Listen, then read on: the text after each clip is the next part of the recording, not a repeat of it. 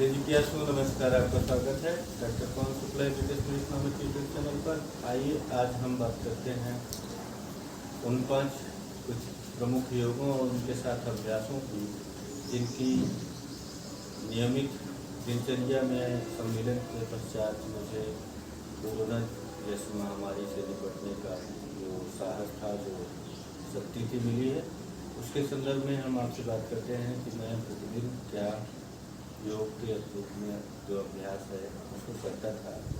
तो उसमें सबसे पहले तो सहज आसन में बैठ जाना, ऐसे कपड़े पहनना है कि जो ढीले ढाले हों, इनको मोड़ने में और फैलाने में कोई तकलीफ ना हो, कोई कष्ट ना हो। तो सबसे पहले आप सहज आसन का मतलब होता है कि बिल्कुल सहज। अगर आप पद्मासन में बैठ सकते हैं तो और अच्छी बात है कि ये बद्ध पद्मासन है, दोनों पैर ऊपर करके बैठिए। ध्यान इतना रखना है आपको कि रीढ़ आपकी सीधी हो और जो आपकी दृष्टि हो वो एकदम समानांतर हो पृथ्वी के, यानी न ऊपर हो न नीचे हो। ध्यान आपका जब बने जिसे आप देखना चाहते हैं तो बिल्कुल सामने देखें, न ऊपर हो न नीचे हो। तो सबसे पहले मैं जो करता था उसका नाम भस्त्रिका योग शास्त्र में कहा गया है। तो भस्त्रिका करने के लिए क्या करना होता है कि आपको पूरी सांस भरना है और पूरी सांस छोड़ना है। मुंह बंद करके नाक से सांस लेना है और नाक से सांस छोड़ना है। इस तरह से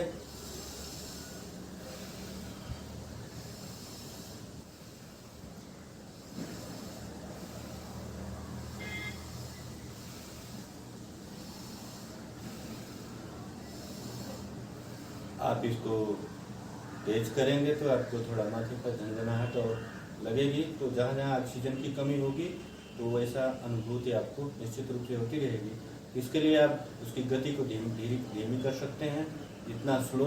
लेकिन याद रखना है आपको कि भस्त्रिका में बिल्कुल जो लोहे को पीटने वाला लोहार होता है उसके यहाँ जो भाती बनी होती है भस्त्रिका का काम करती है, पूरी सांस भरती है और छोड़ती है। तो उसी तरह कपाल भाती भी होती है। तो यहाँ पूरी सांस को फेफड़े में भरना है। और कोरोना में सबसे ज़्यादा संक्रमण आप जानते हैं फेफड़े का ही होता है। तो आपको इसको भरना और छोड़ना है, जितनी गति में आप बर्दाश्त कर सके, कम से कम 10 मिनट करिए।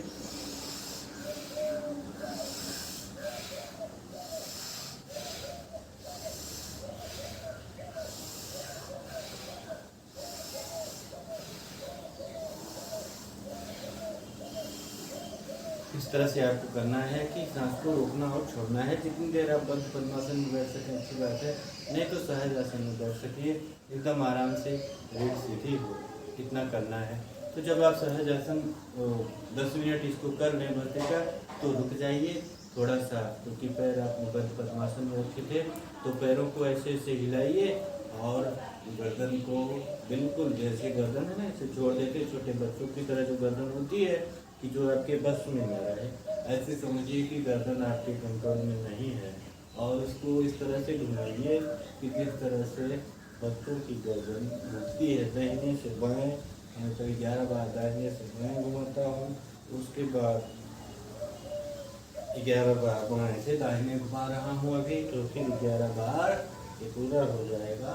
तो अभी हम घूम रहे हैं, तो फिर इसके बाद 11 बार दाहिने से बाएं घुमाएंगे। इस तरह से करते रहेंगे, पैर को हिलाते रहेंगे। इस तरह से ये भस्त्रिका के साथ करते हैं तो बता रहे हैं। यहाँ रिलैक्स होना है, रीढ़ को सीधे नहीं रखना है, हाथ पर जो रखना है और पैर को भी हिलाना है साथ में। उसे घुमाता हूँ मैं। उसके बाद थोड़ा सा रिलैक्स होइएगा। देखिए रिलैक्स के बाद थोड़ा सा आपको चक्कर जैसा महसूस होगा, तो ऐसा कोशिश करिएगा कि खुले आसमान में ज़मीन पर बैठ के करें तो और अच्छा है। मैं यहाँ वीडियो बनाने के लिए आपके सामने बैठा हूँ, वरना ज़मीन पर बैठ के करना सबसे ज़्यादा फायदेमंद होता है। इसके बाद हम दूसरे अभ्यास की बात करें योग की, तो जिसे कपाल भाती कहा जाता है। कपाल भाती का मतलब होता है जिसमें सांस को केवल बाहर फेंकना है। आपकी क्षमता के अनुसार, तीव्रता आपकी क्षमता के अनुसार है कि कितना आप बर्दाश्त कर सकते हैं। तो इसमें सबसे पहले करना क्या है, आपको सांसों को भरना है और फेंकना है। मतलब भरना, भर तो अपने आप जाएगा, ऐसे ही फेंकना है। केवल इस पर पेट पर प्रेशर दे करके सांस को बाहर फेंकना है। जैसे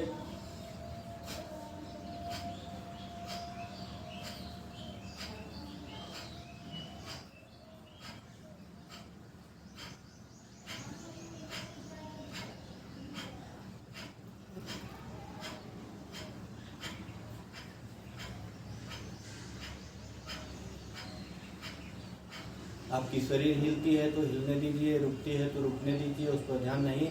आपको ध्यान केवल देना है कि सांस को बाहर फेंकना है कपालभाति में।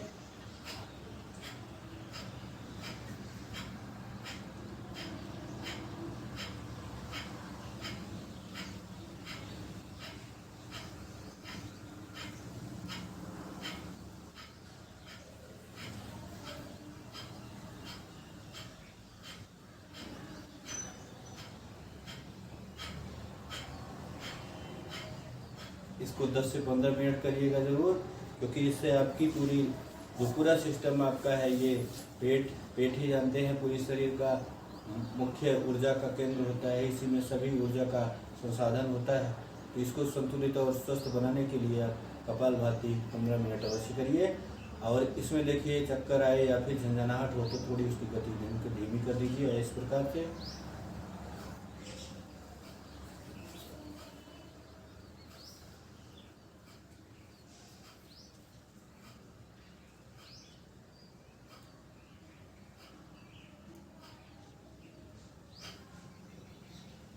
आप सांस ले सकते हैं इसमें ज़रूरत पड़ने पर, जैसे आपको लगता है कि सांस लेके फेंके तो बिल्कुल लेके फेंकिए ऐसे।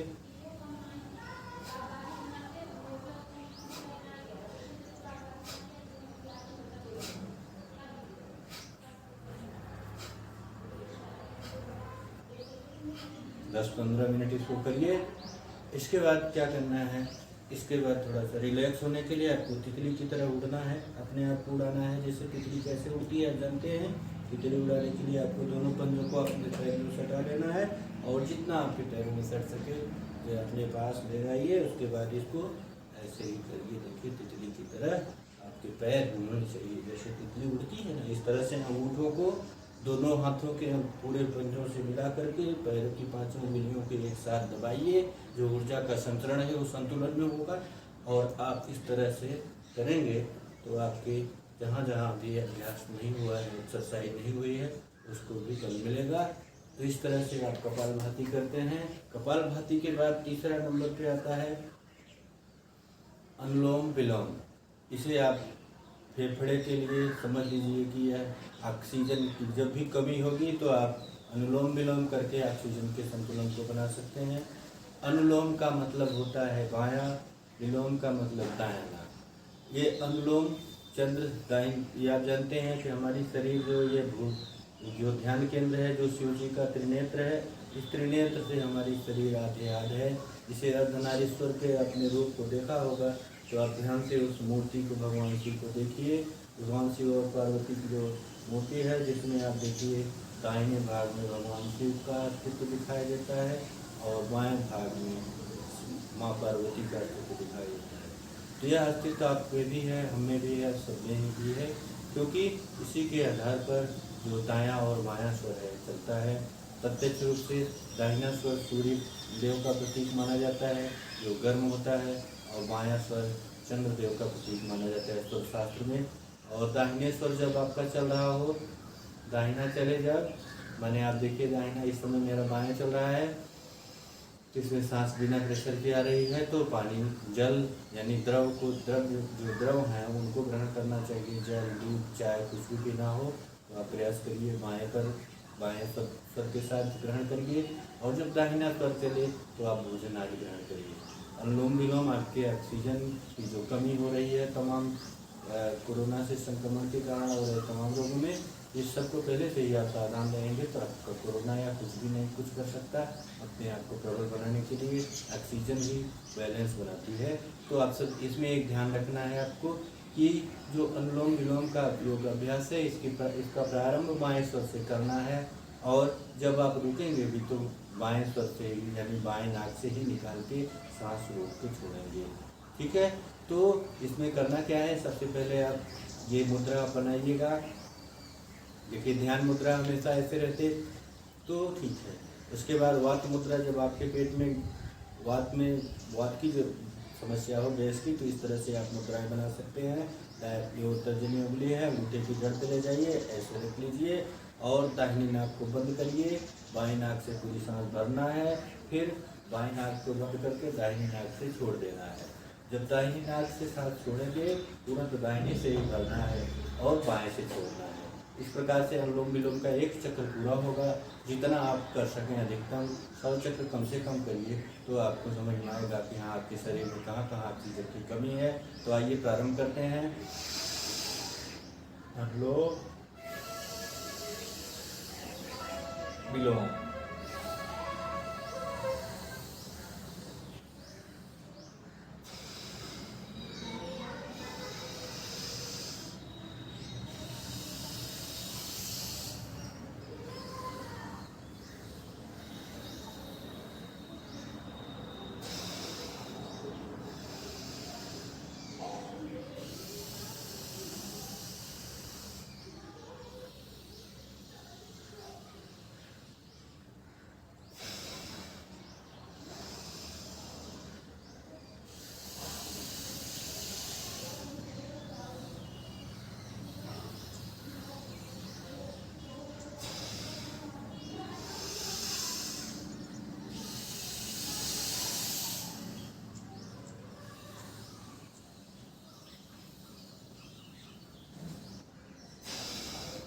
वहाँ से ही रुकना है आपको। आप जितने चक्र अधिकतम करिएगा उतने करते रहिएगा।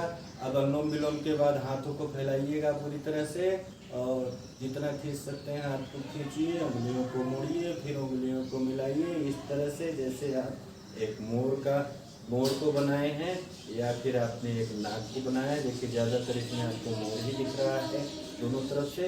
इस तरह से मोर जैसा बनाइएगा, और उसके बाद इसको ले आइए यहाँ अपने कंधे पर रखिए। रखने के बाद आप 0 लिखना जानते हैं ना, तो 0 आपको लिखना है, लेकिन बाएं से दाहिने 11 बार लिखना है, फिर दाहिने से बाएं 11 बार लिखना है, लेकिन हाथ से नहीं लिखना है, आपको कोहनी से लिखना है। देखिए इस तरह से।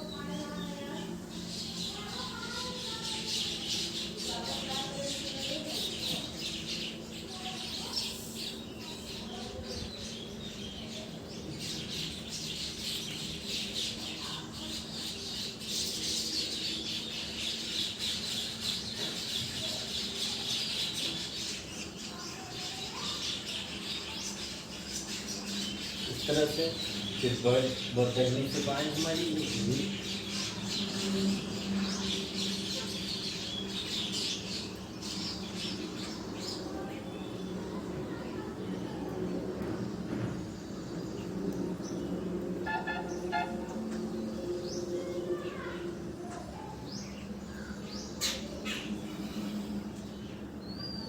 करिएगा तो आपको समझ में आएगा। इसके बाद पैर फैला लीजिए और अगले पैरों से दोनों अंगूठों को पकड़िए। घुटना नहीं मुड़ना चाहिए आपकी, न कोहनी मुड़नी चाहिए।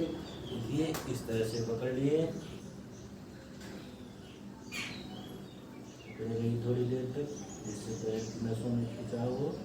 और फिर आपको ऐसे बांध करके, ये कोहनी मुड़नी नहीं है, 0 लिखना है। इससे right to left, left to right, दाहिने से बाएं 10 बार, 11 बार, 11 बार बाएं से दाहिने। मैं 11 लिखता हूँ, आप जिस संख्या के चयन कर लीजिए, आपको उत्तर है।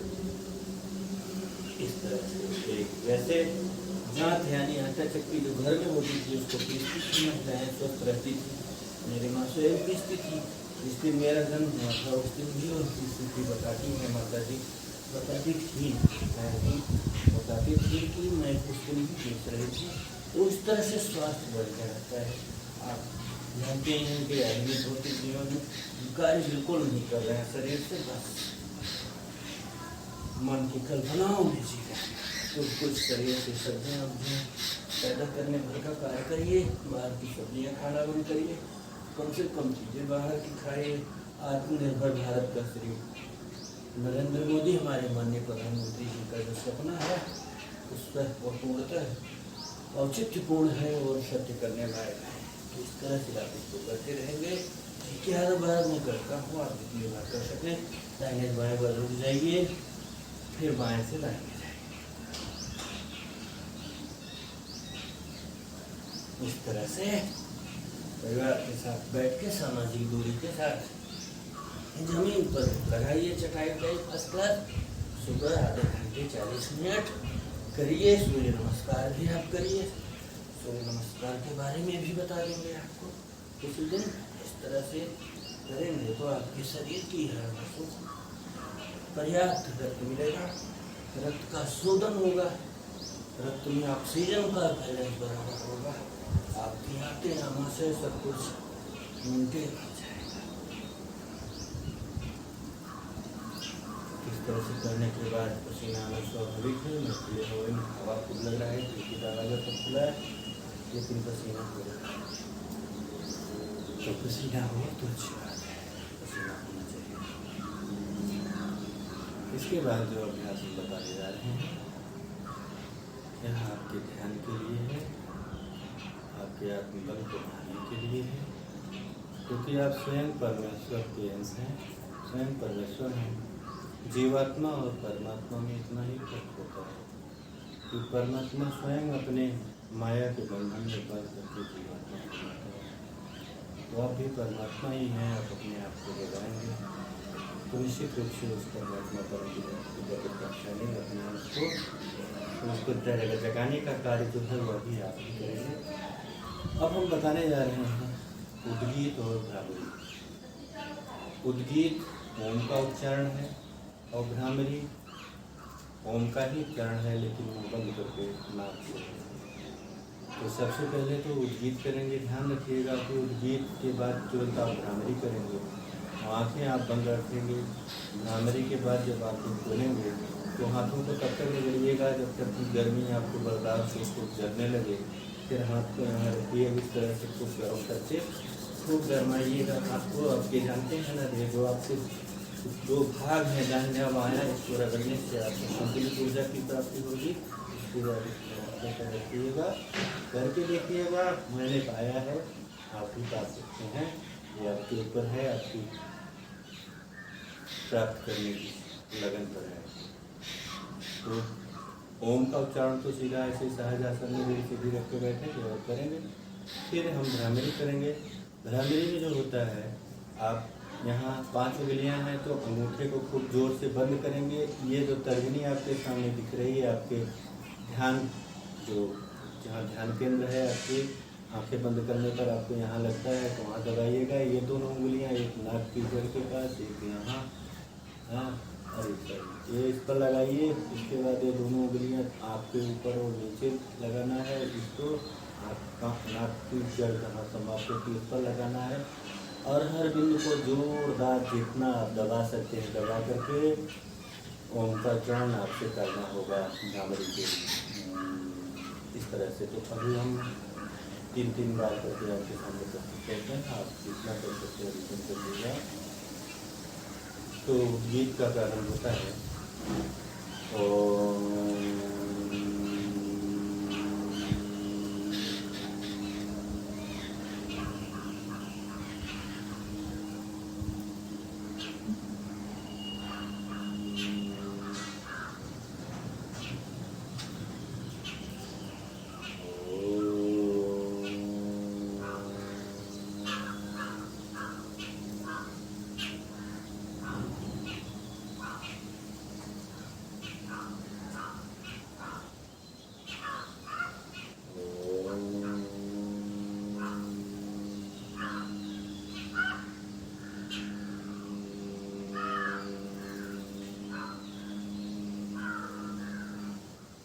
इस तरह से मैंने आपको दिखाया कि जब कहते हैं कि न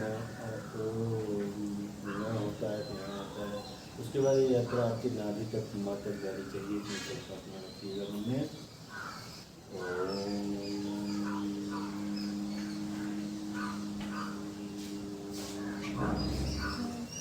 उद्गीत के बाद भ्रामरी करेंगे, फिर आप रुकेंगे। तो भ्रामरी के लिए अंगूठे से कान को खूब जोर से दबाइएगा, फिर तर्जनी से माथे पर ध्यान केंद्र को, और उसके बाद दोनों उंगलियों से आँखों पर और फिर छोटी उंगली से नाक की जड़ के पास दबाइएगा।